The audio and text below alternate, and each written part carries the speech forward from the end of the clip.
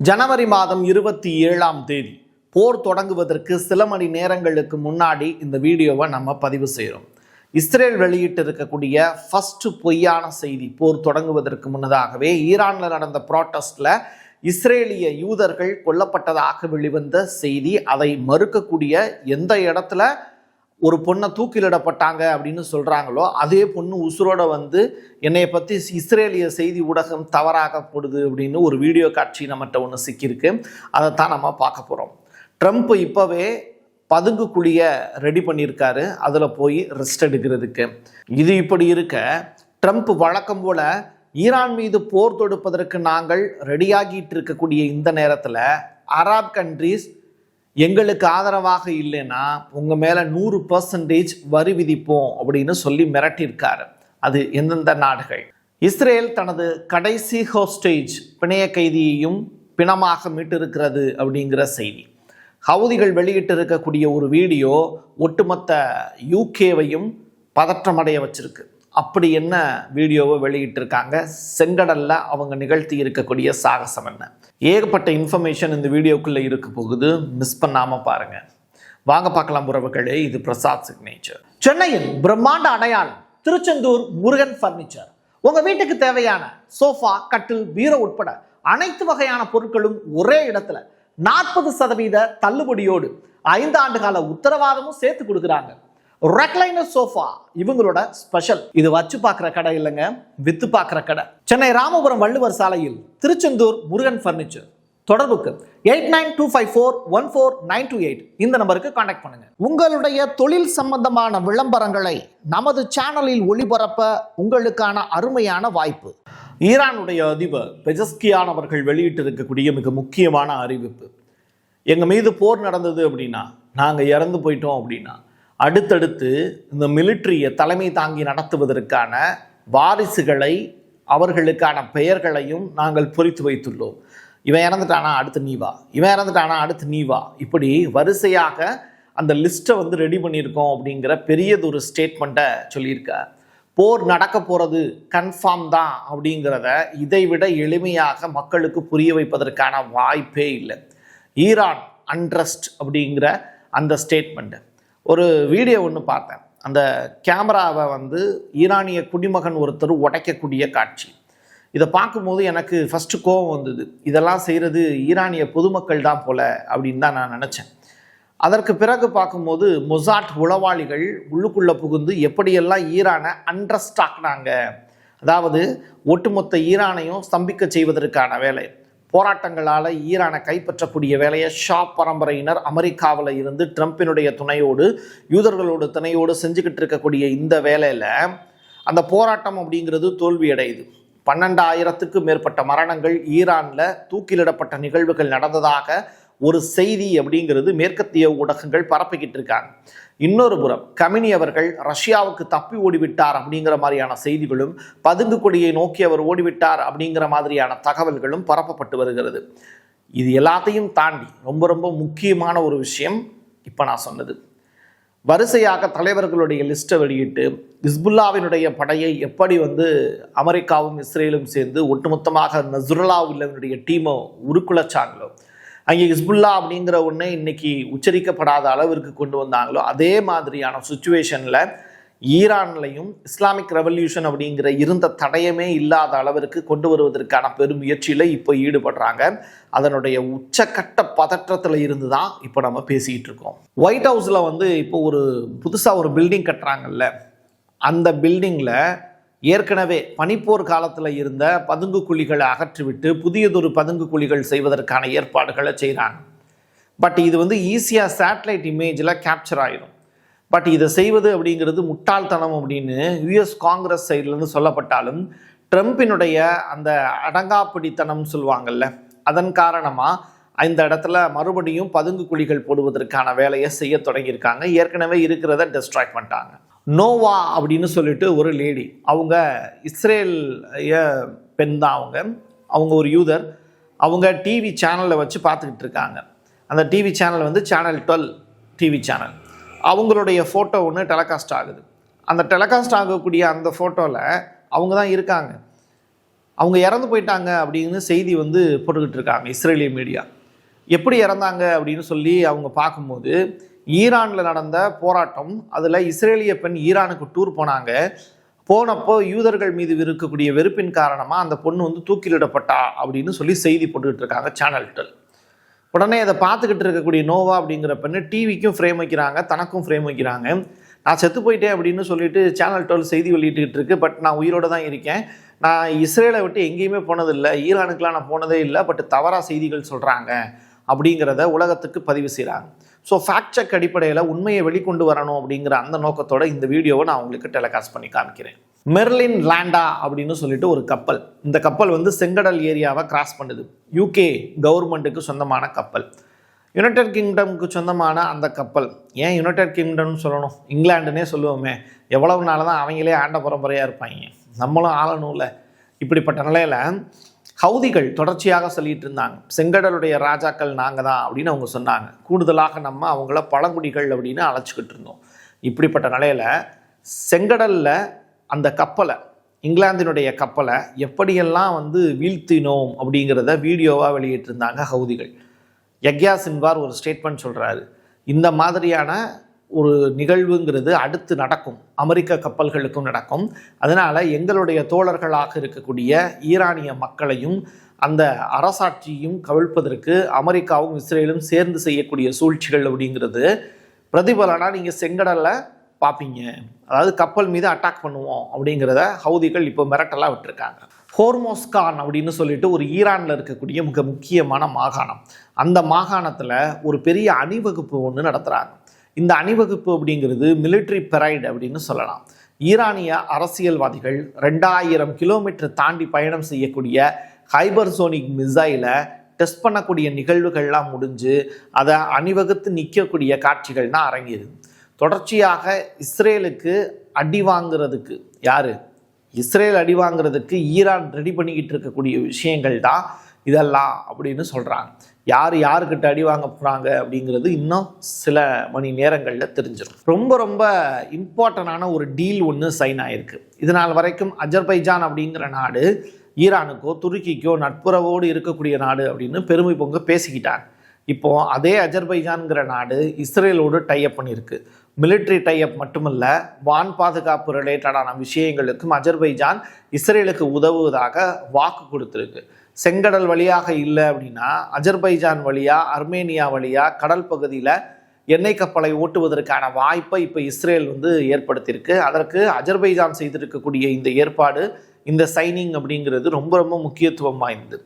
போர் தொடங்க போகிற இந்த நேரத்தில் அஜர்பைஜானோட இஸ்ரேல் செய்திருக்கக்கூடிய இந்த ஒப்பந்தம் அமெரிக்காவுக்கும் இஸ்ரேலுக்கும் கிடைத்த மிகப்பெரிய வெற்றியாகத்தான் பார்க்கப்படுது. அஜர்பைஜானில் வச்சு தான், இங்கே அஜர்பைஜானுக்கு போயிட்டு திரும்பக்கூடிய வழியில தான் ஈரானுடைய முன்னாள் பிரசிடெண்ட் ரைசி அவர்கள், இப்ராஹிம் ரைசி அவர்கள் ஹெலிகாப்டர் வெடித்து சிதறியதையும் இந்த இடத்துல நீங்கள் நினைவுபடுத்தி பார்க்கணும். அது ஒரு திட்டமிட்ட சதி, அஜர்பைஜானுடைய சதியாக கூட இருக்கலாம், இஸ்ரேலுக்கு உளவு தகவல்களை பதிவு செய்திருக்கலாம். இந்த மாதிரியான ஒரு தியரிட்டிக்கலான இன்ஃபர்மேஷன்லாம் சொல்லப்படுது. இப்படிப்பட்ட நிலையில் அதே அஜர்பைஜான் இஸ்ரேலோடு கூட்டணி வைத்திருப்பது ஆச்சரியமே. உலகம் முழுவதும் ஈரானுக்கு ஆதரவான குரல்கள் அப்படிங்கிறது இப்போது வர தொடங்கியிருக்கு. அதுவும் ஈரான் மீது போர் தொடுக்கக்கூடாது அப்படின்னு அமெரிக்கர்களுக்கு எதிராக நடந்து வரக்கூடிய போராட்டங்கள் ஆஸ்திரேலியாவில் நடந்துக்கிட்டு இருக்கு. தொடர்ச்சியாக அரங்கேறக்கூடிய அந்த சத்தங்கள் அப்படிங்கிறது ஈரான் வாழ்க, அமெரிக்கா ஒழிக அப்படிங்கிற மாதிரியான வார்த்தைகள்லாம் பதிவாயிட்டு இருக்கு ப்ரோட்டஸ்ட் பண்ணுறக்கூடிய அந்த பொதுமக்களிடமிருந்து. இஸ்ரேலில் மொத்தமாக ஒரு 2700 குடும்பங்களில் இருக்கக்கூடிய ஒவ்வொரு உறுப்பினர்களையும் இஸ்ரேலிய அரசு, யூதர்கள் அரசு கொலை செய்திருக்கிறது அப்படின்னு. அதாவது ஒரு போர் தொடங்குறதுக்கு முன்னாடி அங்கே பலி கொடுக்கக்கூடிய நிகழ்வுகள்ங்கிறது அரங்கேறும். நீங்கள் நல்லா கவனித்து பார்த்தீங்கன்னா, நீங்கள் ஜெர்மனி, ரஷ்யா இந்த நாடுகளில் இருந்து ஈரான் வழியாக நம்ம நாட்டுக்குள்ளே நுழைஞ்ச ஆரிய வந்தேரிகள் கூட்டம் வந்து பார்த்திங்கன்னா, இங்கே நம்ம சிந்து சமவெளி நாகரிகத்துக்குள்ளே நுழையும் போது, அந்த விந்திய மலையை தாண்டி உள்ளே என்ட்ராகிறதுக்கு முன்னாடி அப்படியே பேக் சைடில் அவங்க இருக்கும்போது நிறையா பலி கொடுக்கக்கூடிய நிகழ்வுகளை செஞ்சாங்க. யூதர்கள் அதிகமான அளவில் குதிரைகளையும் ஆடுகளையும் பலி கொடுக்கக்கூடிய நிகழ்வுகள்ங்கிறது ஒரு பீரியடில் அரங்கேற்றினாங்க. அதற்கு பிறகு அது கிடைக்கல அப்படிங்கும்போது மனிதர்களை பலியிட்டு அதையே சாப்பிடக்கூடிய வேலையும் செஞ்சாங்க. யார்? இதே யூதர்கள் தான். அதற்கு பிறகு அவங்க விந்திய மலையை தாண்டி இப்படி எட்டி பார்க்கும்போது இங்கே ஒரு அழகான செழிப்பான ஒரு சூப்பரான ஊர் நம்ம தமிழ்நாடு. அதற்கு பிறகு இங்கே வடகிழக்கு மாநிலங்களில் இருக்கக்கூடிய கோயில்கள் இதெல்லாம் பார்த்து ரொம்ப ஆச்சரியப்பட்டாங்க. அதற்கு பிறகு தனக்குத்தானே அவங்க என்ன பண்ணாங்க, அவங்களுடைய மொழி பிறழ்வு காரணமாக நாக்க சொல்லட்ட முடியலங்கிறதுனால இங்கே இருக்கக்கூடிய வேதங்களையும் இங்கே இருக்கக்கூடிய இதிகாசங்களையும் படிக்கணும் அப்படின்னு அவங்க முயற்சி எடுத்தாங்க. அப்போது நம்மளில் இருக்கக்கூடிய சில அப்பாவி தமிழர்கள், அப்பாவி இந்துக்கள் என்ன பண்ணாங்கன்னா டோட்டலாக வந்து அவங்களுக்கு சமைத்து கொடுத்தாங்க. எதை? சாப்பாடையா? கிடையாது.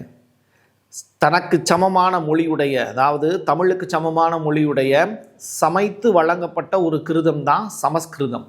அப்படிப்பட்ட ஒரு மொழியை வந்து அவங்களுக்கு கொடுத்தாங்க. ஆனால் அதையே வந்து கருவறைக்குள்ளே கொண்டு போய் நாங்கள் தான் பெருசு அப்படின்னு இன்றைக்கி ஒய்யாரமாக குரல் கொடுத்துக்கிட்டு இருக்கக்கூடிய ஒரு கூட்டம் யாகத்தில் எதெல்லாம் வந்து போடணும் அப்படிங்கிறத கற்றுக்கிட்டு இப்போ என்ன பண்ணுறாங்க, மிக முக்கியமாக பலி அப்படிங்கிற ஒரு விஷயத்தை தாண்டி அவங்க மனிதர்களையே பலியிடக்கூடிய நிகழ்வுகளையும் செய்ய ஆரம்பித்தாங்க. இது இங்கே ஆரம்பித்ததில்லை, அங்கேருந்து வந்தது.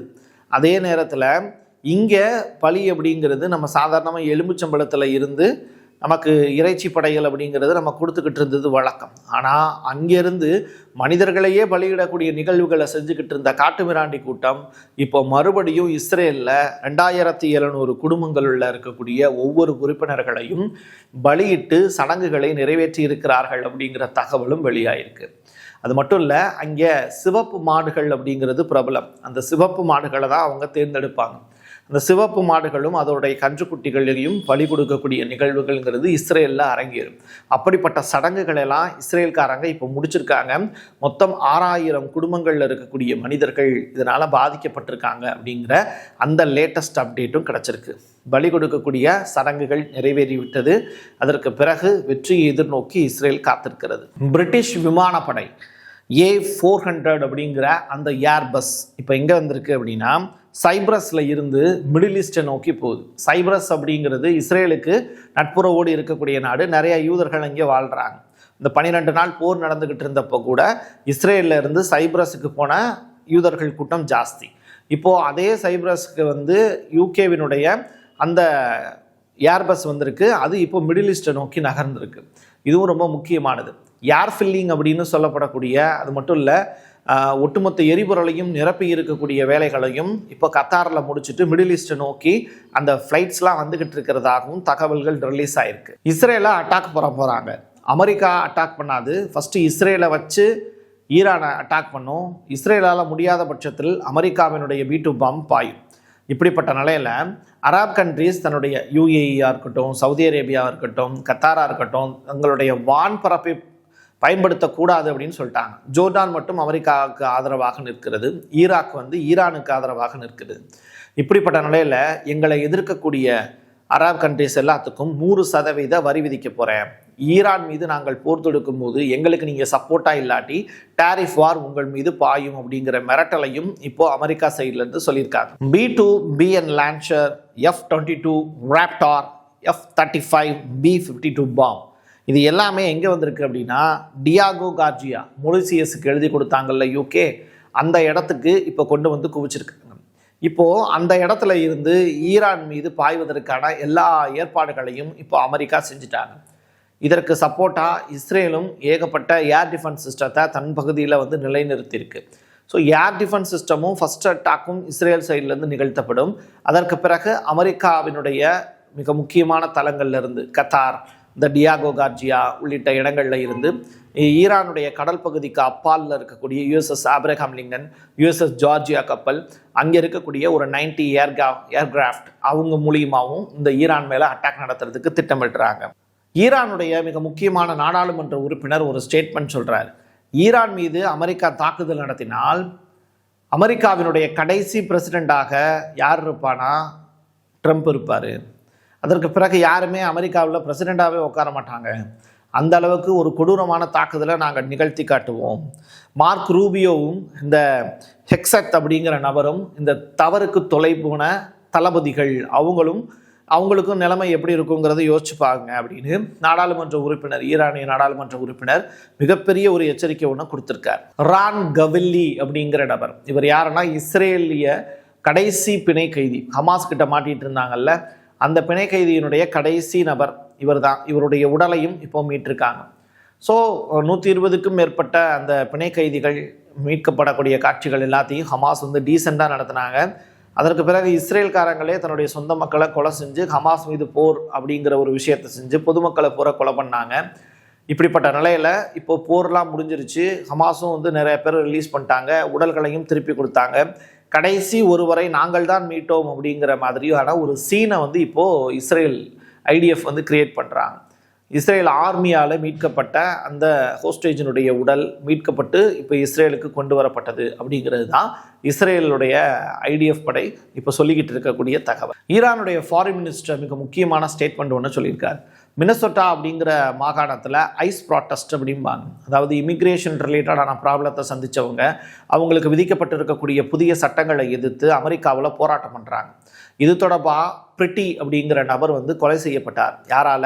அமெரிக்காவினுடைய காவல்துறை அதிகாரிகளால். அப்போது அதற்கு பிறகு மக்கள் தன்னெழுச்சியாக எழுந்து போராட்டம் பண்ணுறாங்க. அங்கே ஸ்னோ ஸ்டோம் அப்படிங்கிறது அதிக அளவில் இருக்குது அமெரிக்காவில். நீங்கள் வின்டர் சீசனில் இவ்வளவு தூரம் மோசமான ஒரு பனிப்பொழிவுங்கிறது அமெரிக்காவில் நடந்ததே இல்லை. அப்படிப்பட்ட நிலையிலையும் மக்கள் மினசோட்டாவில் அமைதியான முறையில் ஐஸ் ப்ராட்டஸ்ட் நடந்துக்கிட்டு இருந்தது. அப்போ நடத்தப்பட்ட அந்த துப்பாக்கிச்சூடை கண்டித்து இப்போ மறுபடியும் போராட்டங்களில் ஈடுபடுறாங்க. அதை அடக்குமுறையின் காரணமாக அமைதியான வழியில் போராடுறவங்க மேலே இப்போது அட்டாக் நடத்திக்கிட்டு இருக்கு யுஎஸ் காவல்துறை. இது உலகம் முழுவதும் செய்திகளாக பரவுன உடனே அந்த மாநிலத்தினுடைய ஆளுநரும் கண்டனம் தெரிவித்தார்.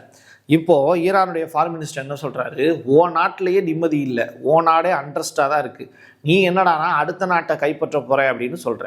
வாழுவதற்கு வாய்ப்பு இருக்கக்கூடிய ஒரு நாட்டில் அங்கே இருக்கக்கூடிய மக்களை ஆளுவதற்கு தகுதியுடைய நபர்னு உன்னை தேர்ந்தெடுத்தா தகுதியற்ற தனமாக இப்படி அடுத்த நாட்டை துன்பப்படுத்தக்கூடிய வேலையை செய்கிற ட்ரம்ப் உனக்கு அறிவில்லையா அப்படின்னு கேட்டிருக்கார். அதான் அவருடைய பேச்சினுடைய முக்கியமான சாராம்சம். ஏன்னா இங்கே சர்வாதிகாரம், நான் தான் சர்வாதிகாரி, டிக்டேட்டர் அப்படின்னு சொல்லக்கூடிய நபர் தான் ட்ரம்ப்.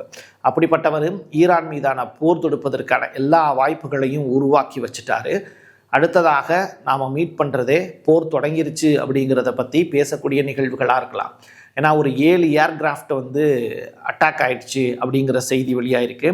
அமெரிக்காவினுடைய ஏர்கிராஃப்ட்டு, அது மட்டும் இல்லை ஈரானுடைய ஏர்கிராஃப்ட் ஒன்று வீழ்த்திட்டாங்க அப்படின்னு அமெரிக்கா சைட்லேருந்து சொல்லக்கூடிய தகவல்களும் கிடச்சிருக்கு. பட் இது இன்னும் பரிசீலனையில் தான் இருக்குது. இது அன்அஃபிஷியல் ரிப்போர்ட்டு, அதை கரெக்டாக அவங்க இன்னும் சொல்லலை. எது எப்படியாக இருந்தாலும் போர் தொடங்கிருச்சா இல்லையா அப்படிங்கிற ஒரு பெரிய குழப்பமான ஒரு நிலை தான் மிடில் ஈஸ்ட் ஏரியாவில் இருக்குது. ஆனால் அதற்குண்டான சமிக்கைகள் தொடங்க ஆரம்பிச்சிருச்சு. ஈரானுடைய வான்பகுதியில் அமெரிக்கா விமானங்கள் பறந்தது அப்படின்னாலே அதுவே போருக்கான முதல் சமிக்கையாக பார்க்கப்படும். அப்படிப்பட்ட நிகழ்வுகள் அங்கே தொடங்கிருச்சுங்கிறாங்க. என் கையெழுத்து என் மக்களுக்கானது உறவுகளே. மீண்டும் ஒரு பதிவில் சந்திக்கலாம். நன்றி, வணக்கம். சென்னையின் பிரம்மாண்ட அடையாளம் திருச்செந்தூர் முருகன் பர்னிச்சர். உங்க வீட்டுக்கு தேவையான சோஃபா, கட்டில், பீரோ உட்பட அனைத்து வகையான பொருட்களும் ஒரே இடத்துல 40% தள்ளுபடியோடு 5 ஆண்டு கால உத்தரவாதமும் சேர்த்து கொடுக்குறாங்க. ரெக்லைனர் சோஃபா இவங்களோட ஸ்பெஷல். இது வச்சு பார்க்குற கடை இல்லைங்க, வித்து பார்க்குற கடை. சென்னை ராமபுரம் வள்ளுவர் சாலையில் திருச்செந்தூர் முருகன் பர்னிச்சர். தொடர்புக்கு 8925414928 இந்த நம்பருக்கு கான்டாக்ட் பண்ணுங்க. உங்களுடைய தொழில் சம்பந்தமான விளம்பரங்களை நமது சேனலில் ஒளிபரப்ப உங்களுக்கான அருமையான வாய்ப்பு. Prasad signature media broadcasting private limited. நீங்க நியூஸ் ரீடரா மாறணுமா, கண்டென்ட் கிரியேட்டரா உருவாகணுமா, சேட்டலைட் சேனல்ல ரிப்போர்ட்டரா வேலை பார்க்கணுமா, டாக்குமெண்ட்ரி மேக்கிங்ல இருந்து ஜேர்னலிசம் பற்றிய முழுமையான பயிற்சி பெற உங்களுக்கான அருமையான வாய்ப்பு. எங்களை தேடி வாங்க. ஆன்லைன் மற்றும் நேரடி பயிற்சி வகுப்புகளும் சர்டிபிகேட் கோர்ஸாவை கத்துத்தரும். மீடியா துறையில் 10 ஆண்டுகளுக்கு மேல அனுபவம் உள்ளவர்கள் பயிற்சி கொடுப்பார்கள். வாய்ஸ் ஓவர் தொடங்கி வாய்ஸ்லெஸ் பீப்புளுக்காக உங்களை சிறந்த ஜேர்னலிஸ்டா உருவாக்க வேண்டியது எங்களோட பொறுப்பு. ஸ்கூல்ஸ் அண்ட் காலேஜஸ்ல ஜூனியர் ஜேர்னலிஸ்ட்ங்கிற பேர்ல ஒர்க் ஷாப்பும் கண்டக்ட் பண்ணி கொடுக்கிறோம். மோட்டிவேஷனல் ஸ்பீக்கரா கடந்த 15 ஆண்டுகளா கல்வி நிறுவனங்களுக்கு நிகழ்ச்சிகளும் நடத்தி தரோம். தொடர்புக்கு 9944790333 94493594 prasad signature@gmail.com.